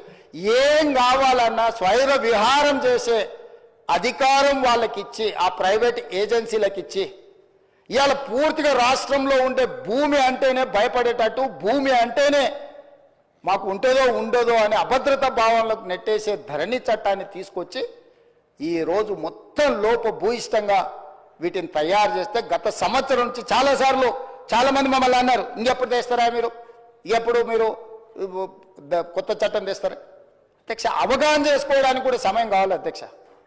ఇవాళ ఇంత కీలకమైన, ఇంత ప్రతిష్టాత్మకమైన భూభారతి 2024 చట్టం సభలోకి వచ్చినప్పుడు ప్రధాన ప్రతిపక్షం బాధ్యత ఏంది అధ్యక్ష? ధరణి నిజంగా అద్భుతమే అయితే భూభారతి లోపభూయిష్టమో రాజకీయ కారణాల చేత కోలి ప్రభుత్వం ప్రవేశపెడితే మమ్మల్ని అడగాలి, మమ్మల్ని కడగాలి, మమ్మల్ని అన్ని రకాలుగా నిలదీయాలి కదా అధ్యక్ష. ప్రతిపక్ష నాయకుడు వారు సభలోకి రావాలి కదా. ఎందుకంటే మా అందరికంటే వారికి ఉద్యమకారుడికి ఎక్కువ అవగాహన ఉంది. 80,000 పుస్తకాలు చదివినాను వారు పదే చెప్పినప్పుడు ఆ 80,000 పుస్తకాల యొక్క సారాంశాన్ని రంగరించి వారి మెదడును కూడా కరిగించి వారు సృష్టించిన అద్భుతం, అమృతం, ఆ ధరణి గురించి వారు వచ్చి లేదా వాళ్ళ పార్టీ తరఫున సంపూర్ణంగా మాట్లాడుంటే బాగుండేది కదా అధ్యక్ష. అది ఈ మాట్లాడితే, ఈ భూభారతి మీద చర్చ జరిగితే వాళ్ళ భూభాగవతం బయటపడుతుంది, వాళ్ళ బండారం బయటపడుతుంది.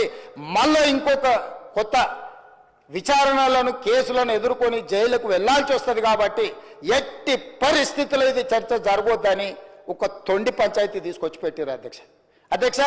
బీఎస్సీ జరిగింది, బిజినెస్ అడ్వైజరీ కమిటీ మీటింగ్ తమరి నాయకత్వంలో జరిగింది. మేము అందరం కూడా వచ్చినాం.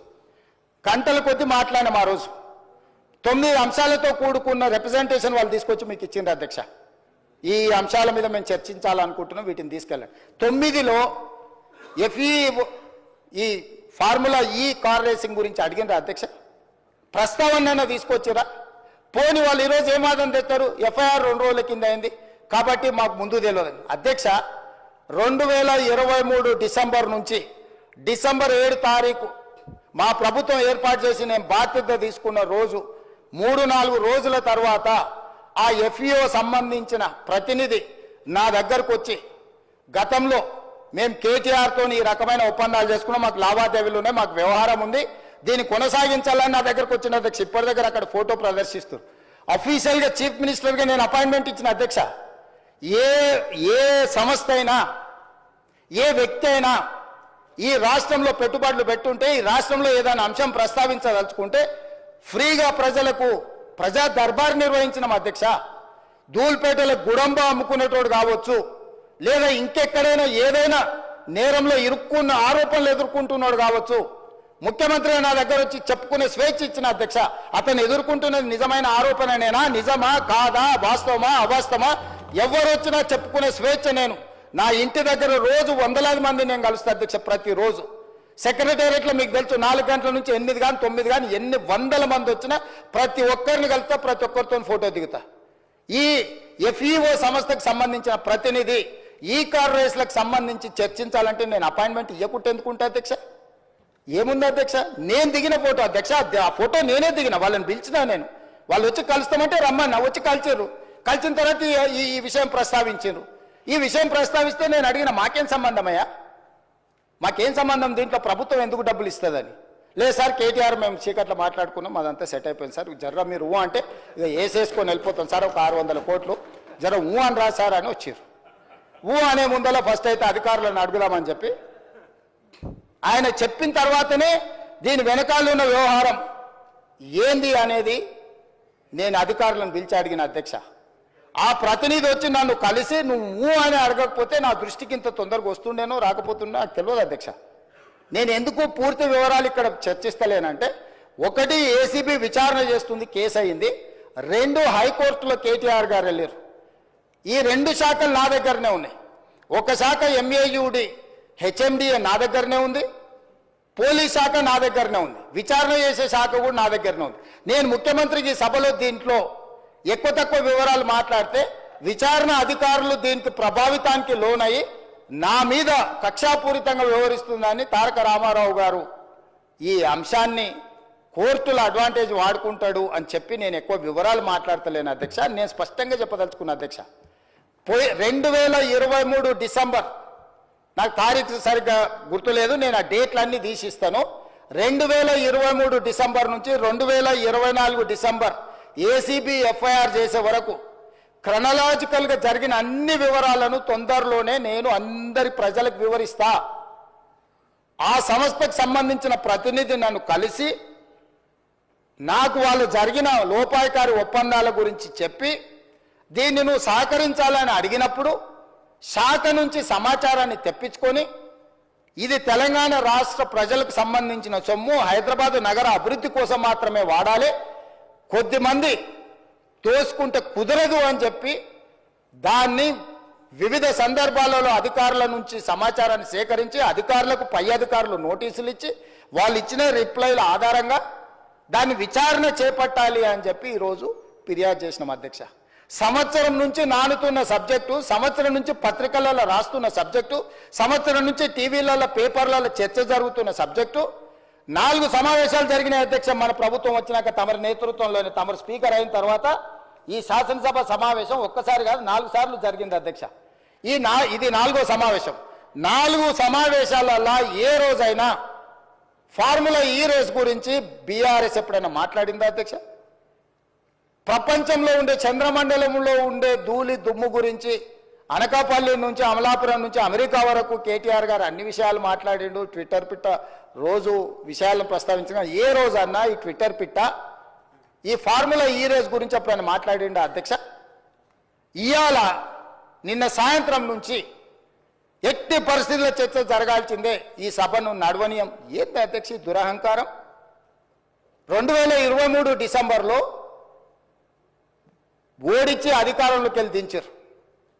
ఇంకా వాళ్ళ అహంభావం తగ్గలేదని 2024 పార్లమెంట్ ఎన్నికల్లో డిపాజిట్లు పుంజుకున్నారు అధ్యక్ష. అయినా ఇంకా వీళ్ళు అధికారం పోయినా మారలేదు, డిపాజిట్లు పోయినా మారలేదు. ఈరోజు మెదడు కూడా పోయినట్టుంది అధ్యక్ష వాళ్ళు చేస్తున్న అల్లరి చిల్లర పనులు చూస్తుంటే. అధ్యక్ష, మనం బాధ్యత కలిగిన ప్రజాప్రతినిధులం. ఇంత కీలకమైన సమస్య చర్చ జరుగుతున్నప్పుడు ఈ చర్చను కొనసాగించి చర్చ పూర్తయిన తర్వాత తీసుకోమని అడగనున్నారు అధ్యక్ష. తమరు అనుమతిస్తే ఏదైనా. ఇవాళ నేను ఎందుకు వివరాలు ఇక్కడ మొత్తం చెప్పలేకపోతున్నానంటే, ఒక పక్కన ఏసీబీ విచారణ చేస్తుంది, రెండవ పక్కన కోర్టులో అతను వాదనలు వినిపిస్తున్నాడు. నేను ఏ సమాచారం అవసరానికి మించి వాస్తవాలను ఏది మాట్లాడినా ముఖ్యమంత్రిగా ఈ శాఖ 2 శాఖలు నా పరిధిలోనే ఉన్నాయి కాబట్టి నేను ఏదైనా ఆ శాఖలను మీద ప్రభావితం, ఆ శాఖలను ఏదైనా ప్రభావితం చేస్తా అని చెప్పి ఏదన్నా అనుకునే అవకాశం ఉంటుంది కాబట్టి నేను ఆ వివరాల జోలికి వెళ్తలేను. మీ ద్వారా ఇన్ని వివరాలు చెప్పిన నేను ఒకటే కోరుకుంటున్నా అధ్యక్ష, ఫార్ములా ఈ రేస్కు సంబంధించి వారు పట్టుబడుతున్నారు.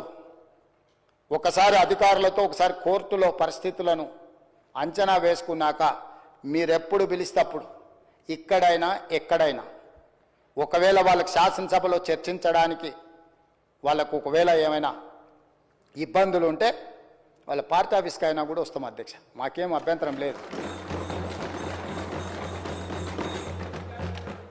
100 కోట్లు ప్రభుత్వం సొమ్ము కొల్లగొట్టి ఇతర దేశాలకు తరలించి మేము పట్టుకున్నాక ఇక్కడ నుంచి అక్కడికి పోయింది తెలిసిందే కదా అంటాడు అధ్యక్ష. మీ ఖాతాలో ఉన్న పైసలు సైబర్ క్రైమ్ వాడు వేరే ఖాతాలకు మార్చుకొని వాడు ఎన్నో కొండ మీద కూర్చొని ప్రసాద్ గారి ఖాతాలో ఉన్న సొమ్మంతా నా దగ్గరకు వచ్చింది నన్నేందుకు పట్టుకునేది అంటే వాళ్ళని అర్థం ఉందా అధ్యక్ష?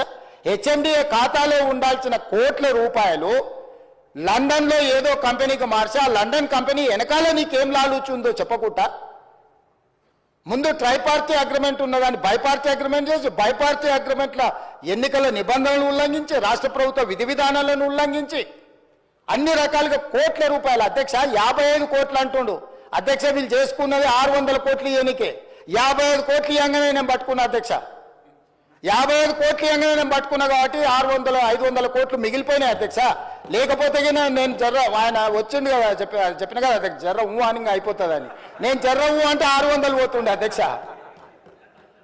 55 కోట్లు చిన్న అమౌంట్ అధ్యక్ష ప్రజలది ఇవాళ హాస్పిటల్లో 50,000 లక్ష రూపాయలు హాస్పిటల్ ఖర్చులకు లేకుండా ప్రాణాలు పోతున్నాయి అధ్యక్ష ప్రభుత్వ సొమ్ముకు జవాబుదారీతనంగా ఉండాల్సిన ప్రజాప్రతినిధులు 55 కోట్లు పోతే ఏమైంది ఇవాళ ఈ రేసులు అంటాడు ఫార్ములా రేసులు అంటాడు ఎల్లుండి రేసు గుర్రాలతో కూడా ప్రతిష్ట వస్తుందంట ఆ తర్వాత జువ్వా కూడా ఇది అంటాడు ఆ తర్వాత గుట్కా కూడా అంటాడు ఆ తర్వాత డ్రగ్స్ కూడా అంటాడు ఇవన్నీ కూడా ఏదో రకంగా పాపులారిటీ తెచ్చేటివే కదా అధ్యక్ష ఫామ్ హౌస్లో డ్రగ్స్ దొరుకుతాయా మేము పడకపూట దావత్ చేసుకోవద్దా అంటాడు ఏంది అధ్యక్ష ఈ దబాయింపు ఏంది పండుగ పూట దీపావళి పండుగ పూట మనం చేసుకుంటే చిచ్చుబుట్లు కాల్చుకుంటాం అధ్యక్ష సారాబుట్లు పెట్టుకుంటాం అధ్యక్ష డైరెక్ట్ డ్రగ్స్ కొకేన్ కన్జ్యూమ్ చేసిన వ్యక్తి ఆ ఇంట్లో పట్టుబడితే బయటకు వచ్చి దబాయిస్తాడు అవును మా బామార్ది గృహప్రవేశం చేసుకుంటే కనీసం కొకేన్ అన్న తీసుకోమా మేము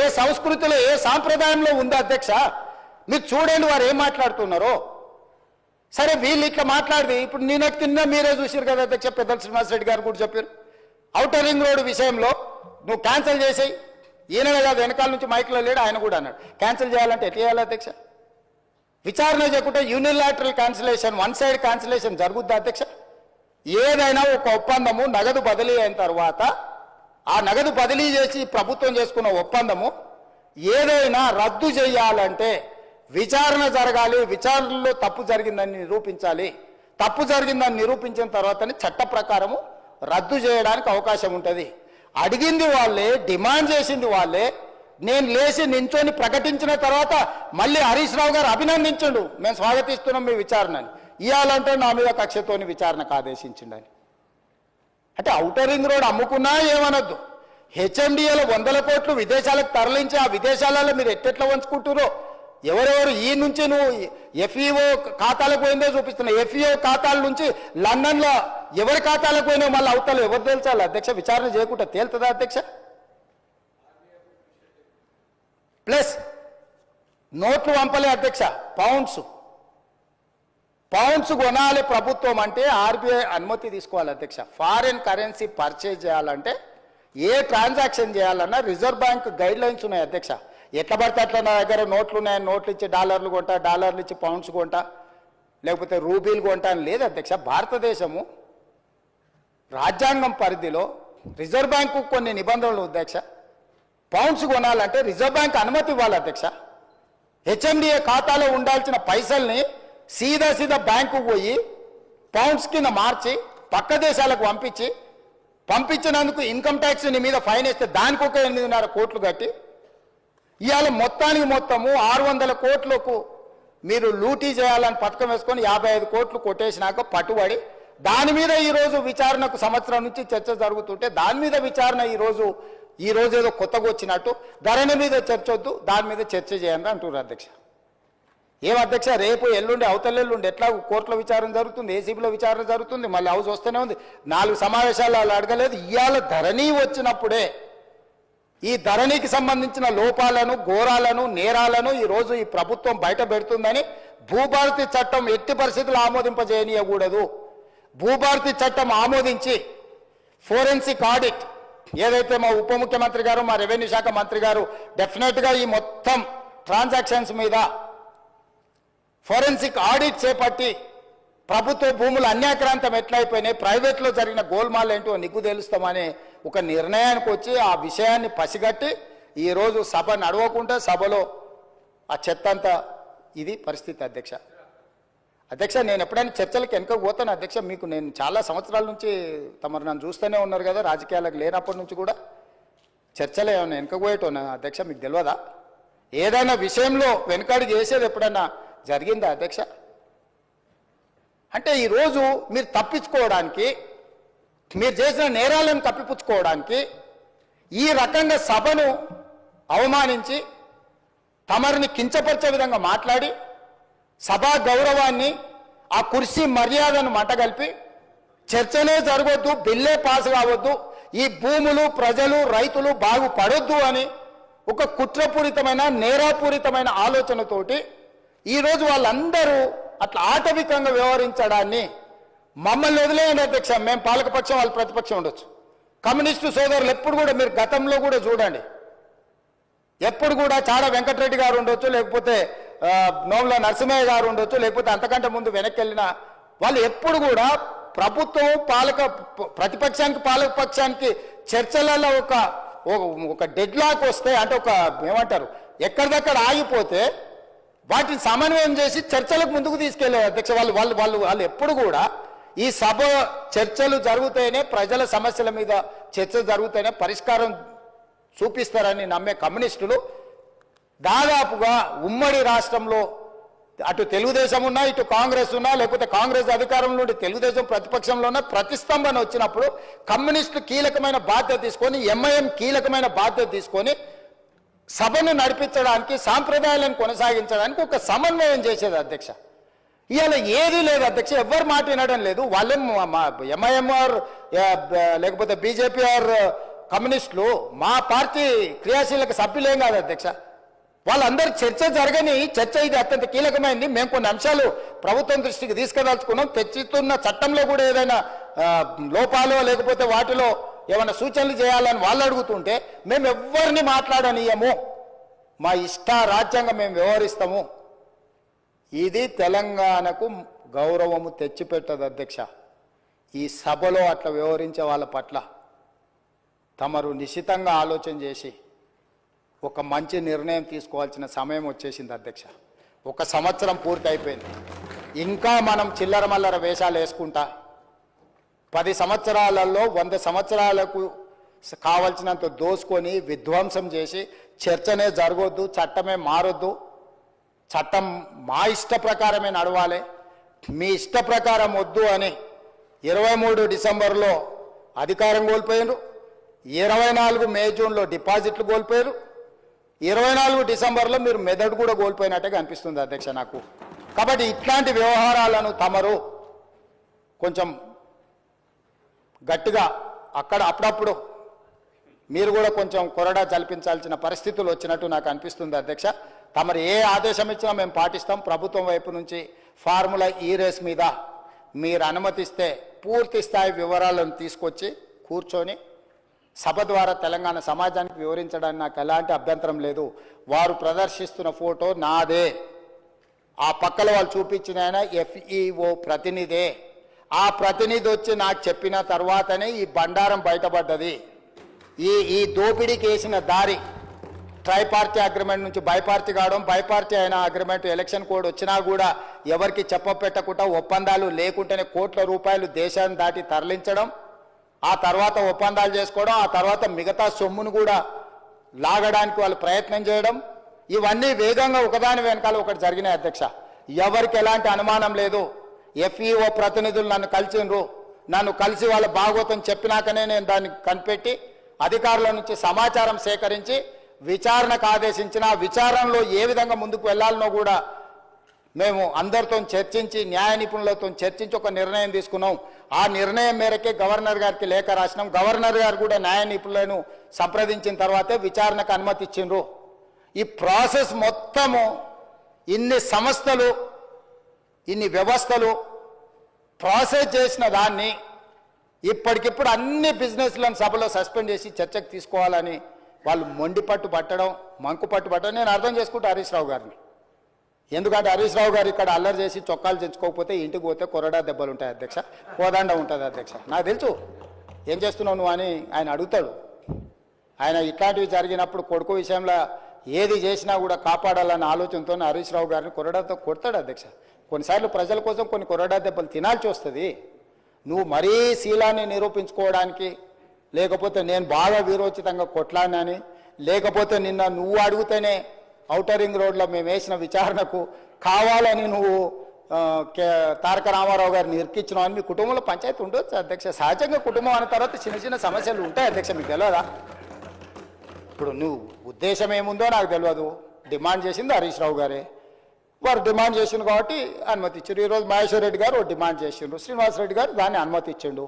సీనియర్ సభ్యులు అడిగినప్పుడు వాళ్ళు అడిగిన దాంట్లో సహేతుకత ఉండి కొంత బలం ఉంటే వాళ్ళ వాదనలో కానీ విషయంలో కానీ ప్రభుత్వానికి ఏముంది అధ్యక్ష? నిన్న హరీష్ రావు గారు అడిగిన ఔటర్ రింగ్ రోడ్డు విచారణ అయినా, నేడు బీజేపీ పక్ష నాయకుడు ఏలేటి మహేశ్వర్ రెడ్డి గారు చేసిన డిమాండ్ అయినా సహేతుకమైందని ప్రభుత్వం భావించింది కాబట్టి విచారణలకు ఆదేశించింది. కాబట్టి దయచేసి ఈ సభ, నాకు రాష్ట్రపతి గారి కార్యక్రమం ఉన్నది, అక్కడ రాష్ట్రపతి గారి ప్రోగ్రాంకి వెళ్ళేది ఉన్నది అధ్యక్ష. ఈ సభను, ఈ బిల్లు ఒక అద్భుతం. ఇందులో ఏమైనా చిన్న చిన్న సూచనలు ఉన్నాయి, ఎగ్జిక్యూటివ్ ఆర్డర్స్లో ఏమైనా కావాలంటే కూడా మనం కరెక్షన్ చేసుకుందాం. ప్రభుత్వం ఓపెన్ మైండ్తో ఉన్నది, ప్రభుత్వానికి ఎలాంటి హిడెన్ ఎజెండా లేదు. ఒక మంచి చట్టం తెస్తే మాకే పేరు వస్తుంది. ఎందుకంటే ఈ భూమితో ముడిపడి ఉన్న ప్రాంతం తెలంగాణ. ఈ భూమే సర్వం, ఈ భూమే తెలంగాణ సార్వభౌమాధికారాన్ని తెచ్చిపెట్టింది. ఈ భూమి కోసం అసూలు బాసిన వాళ్ళు ఉన్నారు, వాళ్ళందరూ కూడా న్యాయం చేయాలనే సాదా బైనామాలు కావచ్చు, రెవెన్యూ రికార్డు కావచ్చు, లేకపోతే పోడు భూముల పట్టాలు కావచ్చు, లేకపోతే అసైన్మెంట్ పట్టాలు కావచ్చు, ఏదైనా భూమి రిలేటెడ్ ఇష్యూ. భూమి అంటే భూభారతి అని అంటే అది ఇందిరమ్మ కాంగ్రెస్ పార్టీ. ఎందుకంటే అసైన్మెంట్ భూములు ఇచ్చింది కానీ, పోడు భూముల పట్టాలు ఇచ్చింది కానీ, పేదలకు ఇండ్ల పట్టాలు ఇచ్చింది కానీ, ప్రతి వాడికి భూ పంపకాలు చేయడం ద్వారానే కాంగ్రెస్ పార్టీ ప్రజలలో ఈ రోజుకు 140 సంవత్సరాల నుంచి ఉన్న పార్టీ ఇంకా ప్రజలల్లో ప్రేమ అభిమానం ఉంది. ఇందిరమ్మ పేరు తలుచుకుంటున్నారు అని అంటే ఈ భూమి యొక్క హక్కులను పేదవాళ్ళ కోసం కాపాడడం వల్లనే. అట్లాంటి హక్కులను కాపాడడానికి భూభారతి 2024 చట్టాన్ని మా రెవెన్యూ శాఖ మంత్రి పొంగులేటి శ్రీనివాసరెడ్డి గారు ఏదైతే సభలో ప్రవేశపెట్టారో సభ్యులందరూ వీలైనంత మేరకు చర్చించారు. కొన్ని రిటర్న్లు కూడా ఎవరికన్నా ఇచ్చినా కూడా వాటిని కూడా మనం పరిగణలోకి తీసుకుందాం.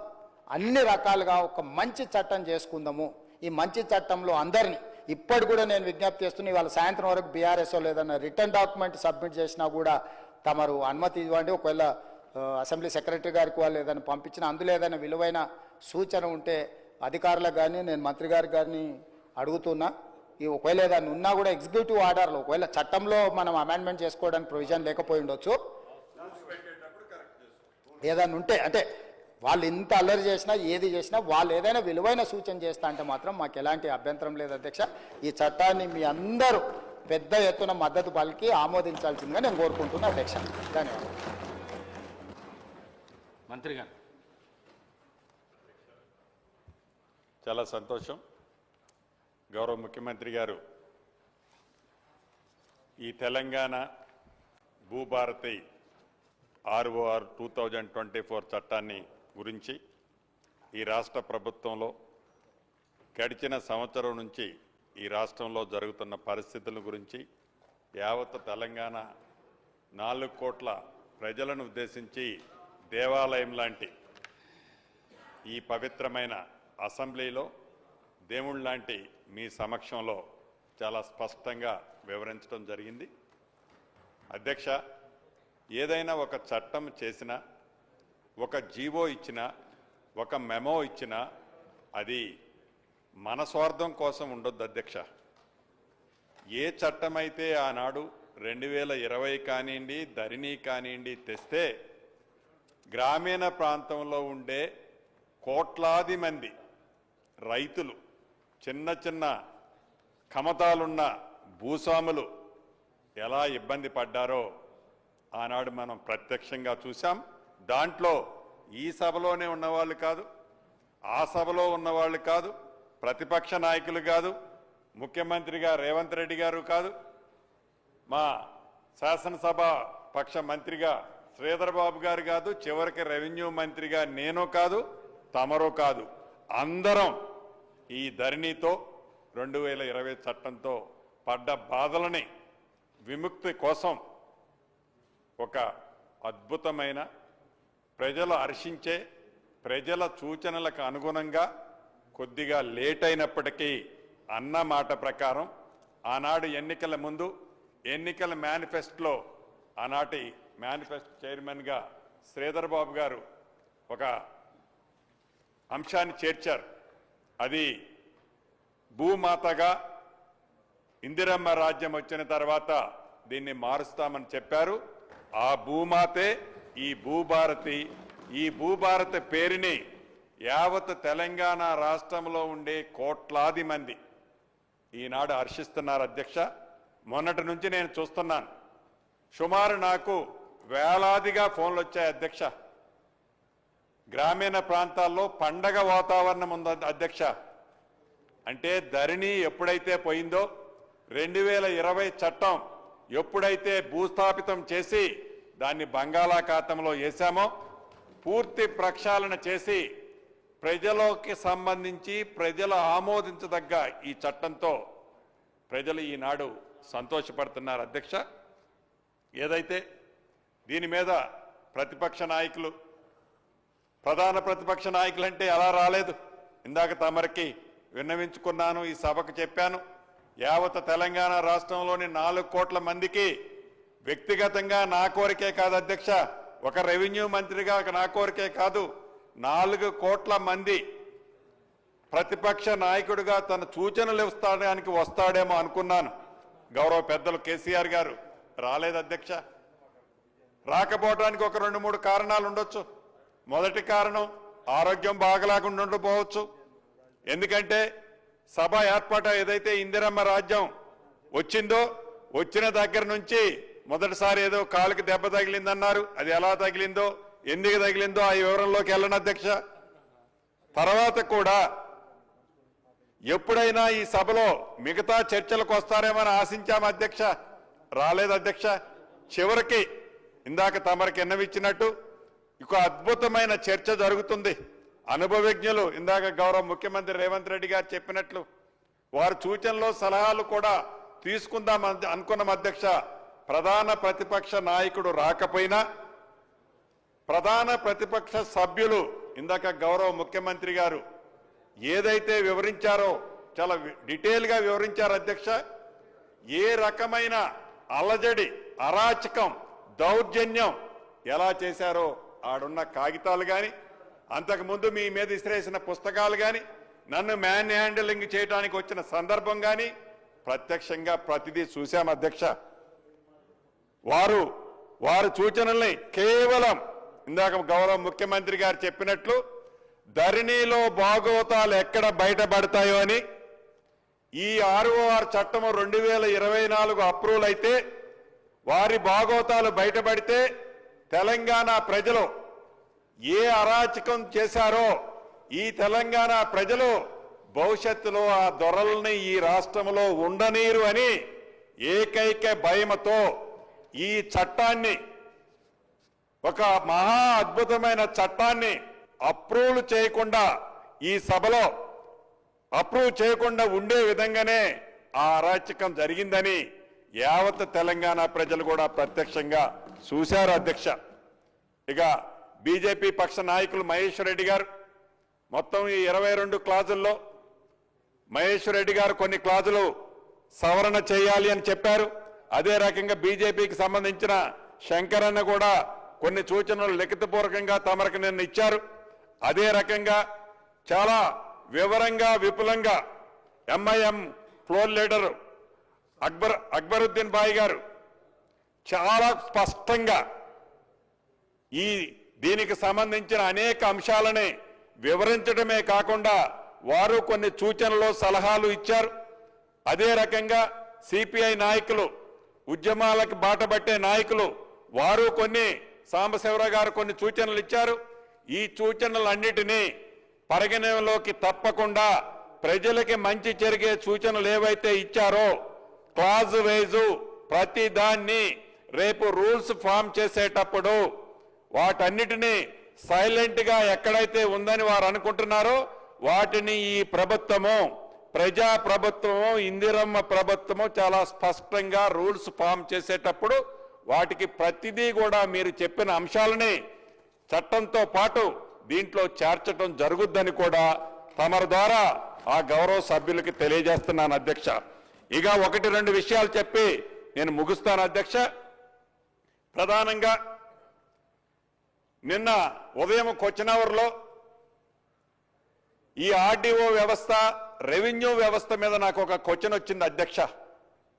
క్వశ్చన్ వచ్చినప్పుడు ధరణి 2020 చట్టం ఎలా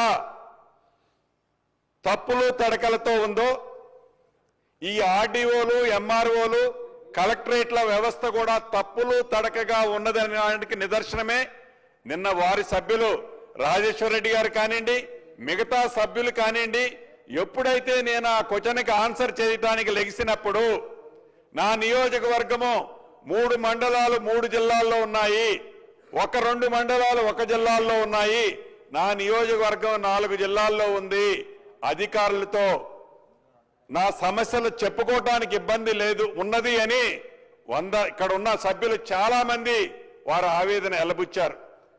ఈ చట్టం కానివ్వండి, ఆ నిర్ణయాలు కానివ్వండి ఎలా ఉన్నాయంటే ప్రజలకు ఆమోదయోగ్యమైంది కాదు, దొరల పాలనకి నిదర్శనంగా ఏ ఒక్క శాసనసభ్యుడు కూడా ఆ శాసనసభలకు సంబంధించిన పరిధిలో పూర్తిగా తన పరిధిలో ఆ పరిపాలన జరగొద్దు, పూర్తి అవగాహన ఆ శాసనసభ్యుడికి ఉండొద్దనే ఒక్కొక్క అసెంబ్లీ నియోజకవర్గాన్ని ముక్కలు చేసి 4-5 జిల్లాల్లో ఆనాడు ఆ మహానుభావుడు మాజీ ముఖ్యమంత్రి గారు పెట్టారు అధ్యక్ష. అంటే దానికి నిదర్శనమే ఈ చట్టం కానీ ఆనాడు ఎంఆర్ఓలు, ఆర్డీఓలు, కలెక్టరేట్లు కానీ. ఇక రెండో విషయానికి వస్తే అధ్యక్ష,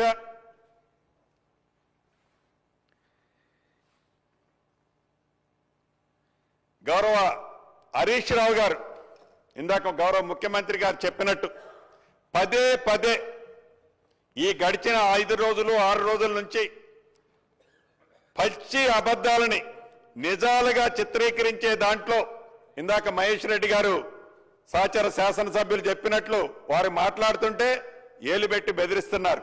నిజం, నేను కూడా చూశారు ఇక్కడి నుంచి. అంటే వారి ప్రవర్తన, వారి ఆలోచన ఏది చేసినా ప్రతిపక్షంలో ఉన్నాం కాబట్టి దాంట్లో నెట్టుకుపోతుందనే ఆలోచనతో ఈ రాష్ట్ర ప్రజలని తప్పు దోవ పట్టించే ఆలోచనతో వారు ఏదైతే చేస్తున్నారో ఈ రోజు చేసిన దాన్ని నేనే కాదు రాష్ట్ర ప్రజలంతా కూడా ప్రతిదీ ప్రత్యక్షంగా గమనిస్తున్నారు. గతంలో 2 సార్లు బుద్ధి చెప్పారు. మళ్ళీ అటువంటి పరిస్థితి కాకుండా ఒక ప్రధాన ప్రతిపక్షంగా మీరు ఏ సూచనలు ఇచ్చినా మంచివైతే ప్రజలకు ఉపయోగపడేవైతే ఈ ప్రభుత్వం సేకరిస్తుందని మనస్ఫూర్తిగా అందరికీ తెలియజేసుకుంటూ ఇంత మంచి అద్భుతమైన అవకాశాన్ని ఇస్తూ ఇంకా కొన్ని నిమిషాల్లో ఈ చట్టాన్ని ఆమోదించబోతున్నందుకు నిజంగా నాకు చాలా ఆనంద బాష్పాలు వస్తున్నాయి అధ్యక్ష.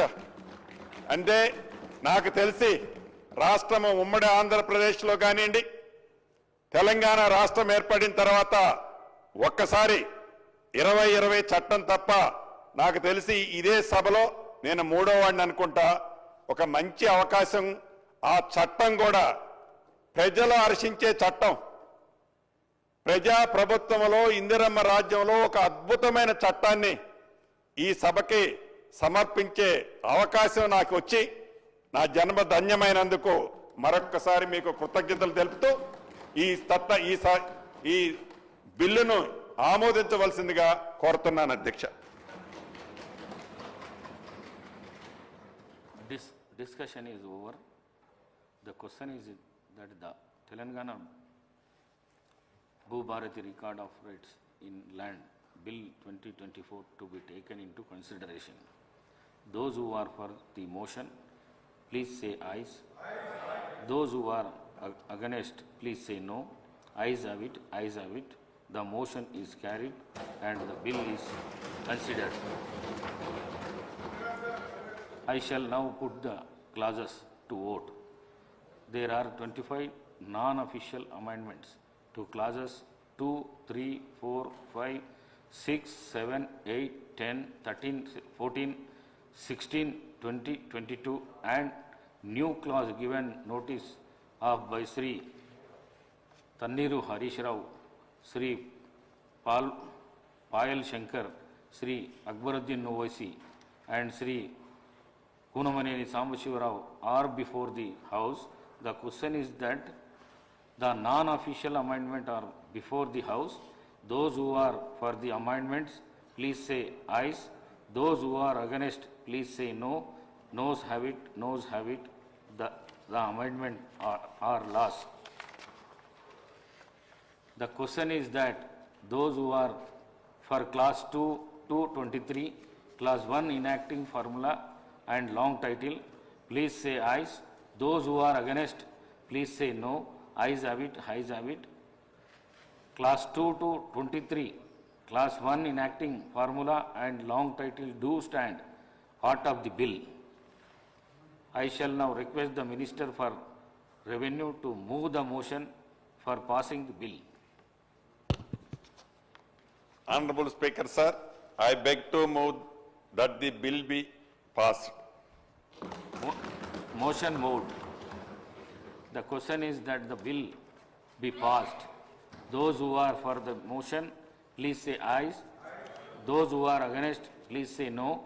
Ayes have it, ayes have it. The motion is carried and the bill is passed.